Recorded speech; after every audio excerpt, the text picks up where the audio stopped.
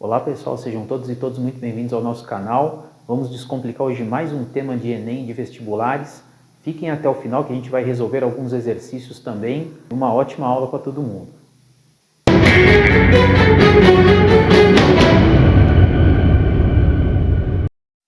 O tema da nossa aula de hoje é a chegada e instalação da família real portuguesa no Brasil em 1808. Esse tema é muito cobrado no Enem e nos vestibulares porque ele marca o início efetivo do processo histórico de independência do nosso país, que vai acontecer apenas em 1822. Então, o primeiro ponto de análise importante aqui é o seguinte: os motivos que levaram a família real portuguesa a se mudar para o Brasil. Tudo começa com uma grande rivalidade entre França e Inglaterra e como a família real se comportou diante dessa rivalidade. Só recordando, no começo do século XIX, a França impôs contra a Inglaterra um sistema chamado bloqueio continental. Isso significava que nenhum país poderia comercializar com a Inglaterra, senão a França iria invadir esse país. Por que Portugal está numa situação complicada nesse momento? A Inglaterra era a grande parceira comercial de Portugal e Portugal tinha grandes laços afetivos entre as monarquias com a França. Portugal nesse momento estava sendo governado por Dom João VI.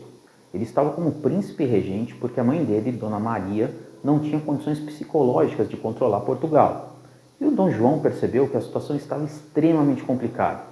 Ele iria ter que fazer uma opção, porque França e Inglaterra, ao mesmo tempo, pressionavam Portugal a tomar uma decisão. Qual lado Portugal ficaria?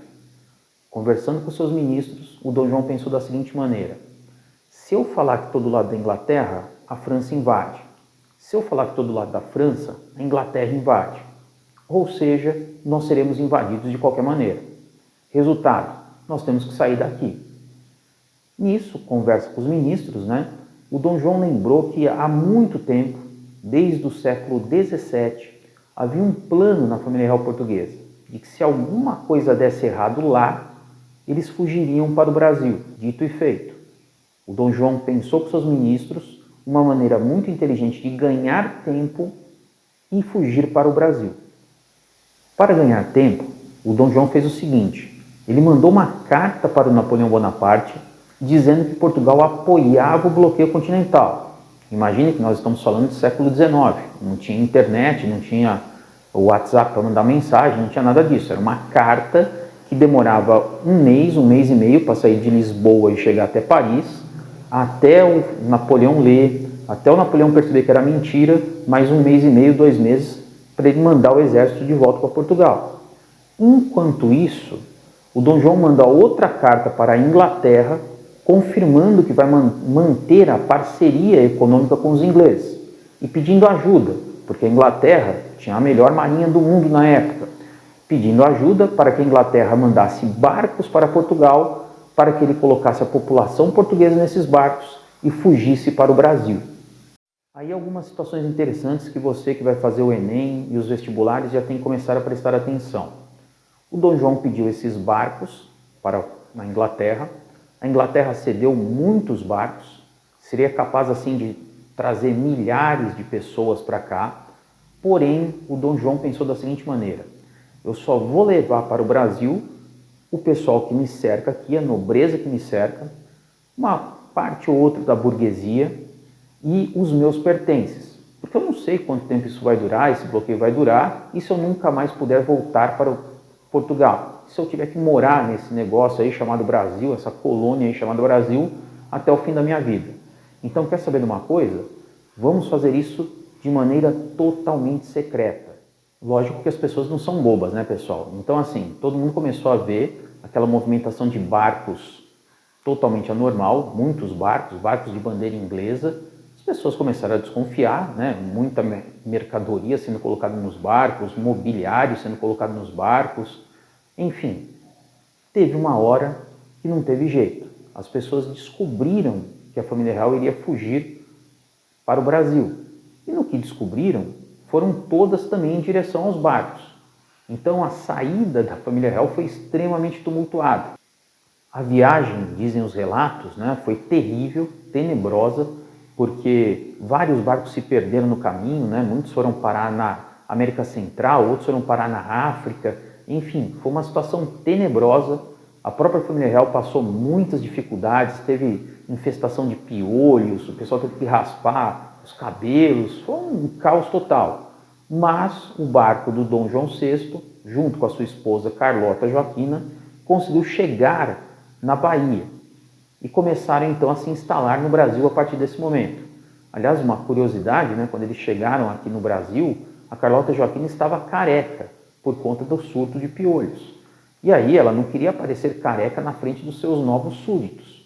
Ela não teve dúvidas, ela enrolou um pano branco na cabeça e desceu como se fosse a última moda em Paris, né, na Europa como um todo. E as pessoas, as mulheres, acharam aquilo lindo, maravilhoso e copiaram a indumentária. Então é interessante, né, você perceber como a força da família real era muito grande no imaginário das pessoas. Agora, o Dom João VI, quando chegou em Salvador, ele pensou da seguinte maneira: bom, Napoleão deve estar razoavelmente bravo comigo. Eu é que não vou ficar aqui, porque aqui ainda é perto da Europa. Eu preciso ir mais para o sul. Perguntou então para a elite baiana, né, qual era a cidade que existia mais ao sul. E aí o pessoal olhou para ele e falou assim: olha, nós temos um pequeno problema aqui, nós somos uma colônia. Então cidade mesmo para valer grande só tem Salvador e Recife, que fica um pouco mais para cima. Agora, tem uma cidadezinha, tem lá os seus 10, 11 mil habitantes, chamada Rio de Janeiro. Essa fica bem lá para o sul. Se o senhor quiser, a gente prepara tudo e o senhor vai para lá. O Dom João VI, então, depois dessa conversa com a elite baiana, decidiu que ele iria para o Rio de Janeiro. Ele fala com o exército, manda o exército na frente para preparar toda a situação e depois ele iria com a família real e com a nobreza.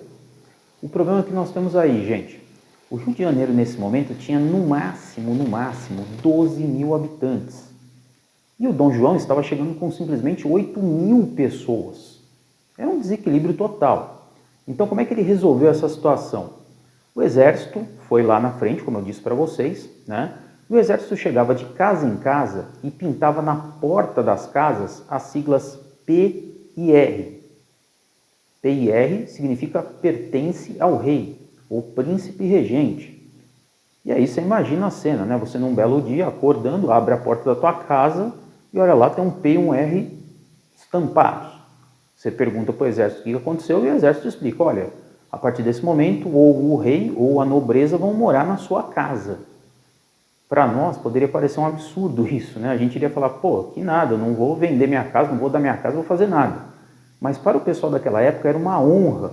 Então imagina que os mais ricos fizeram até festa pela casa deles ter sido escolhida para ser a casa do futuro rei ou da futura nobreza portuguesa ali no Rio de Janeiro. Então isso pode ter parecido uma maravilha para o pessoal da elite, né? Mas para a cidade do Rio de Janeiro como um todo foi um caos, né? Foi uma desorganização do espaço impressionante. Porque o que vai acontecer nesse momento? Já que era uma vinda imediata da família real, iria demorar poucos dias ali para eles fazerem a mudança de Salvador para o Rio de Janeiro, o pessoal da classe rica tinha que sair rápido da casa deles. E aí eles vão até a casa do pessoal de classe média. Chegando na casa do pessoal de classe média, eles explicam: olha, a elite portuguesa, o rei, etc., vão morar na nossa casa. Então agora nós estamos ocupando a casa de vocês. O pessoal de classe média, sem ter muito o que fazer, concorda e fala: bom, beleza, então nós saímos daqui e vamos até a casa do pessoal de classe mais humilde.